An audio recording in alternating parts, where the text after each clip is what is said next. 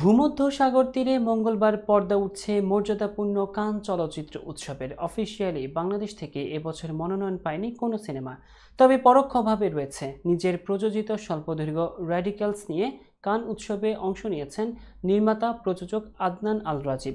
সিনেমাটি পরিচালনা করেছেন ফিলিপাইনের নির্মাতা আরভিন বেলারমিনো। এটি মূলত ফিলিপাইনের স্বল্পদৈর্ঘ্য চলচ্চিত্র। প্রযোজনায় ক্রিস্টিন ডে লিওন, আদনান আল রাজীব ও তানভীর হোসেনের সঙ্গে এটি সহ প্রযোজনা করেছেন ডমিনিক ওয়েনিৎস্কি। কানের সমান্তরাল বিভাগে ক্রিটিক্স উইকে ৬৩তম আসরে প্রতিযোগিতার জন্য নির্বাচিত হয়েছে সিনেমাটি। এরই মধ্যে রাজীবও পৌঁছেছেন ফরাসি সমুদ্র তীরে। সঙ্গে রয়েছেন সিনেমাটির পরিচালক ও অভিনয় শিল্পীরা। বাংলাদেশের চলচ্চিত্রাঙ্গন থেকে কান উৎসবে যোগ দেওয়ায় রাজীবকে শুভেচ্ছায় ভাসিয়েছেন সহকর্মীরা। অভিনেতা সাজু খাদেম, নির্মাতা মুস্তফা কামাল রাজ, অভিনেত্রী মেহজাবিন চৌধুরী, সাবিলা নূর সহ অনেকেই সামাজিক যোগাযোগ মাধ্যমে শুভকামনা জানিয়েছেন তাকে।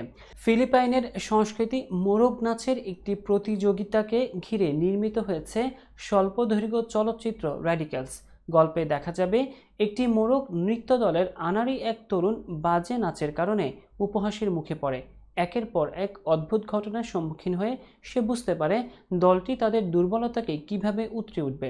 এতে অভিনয় করেছেন টিমোথি কাস্তিলো, রস পেসিগান, এলোরা এসপানো।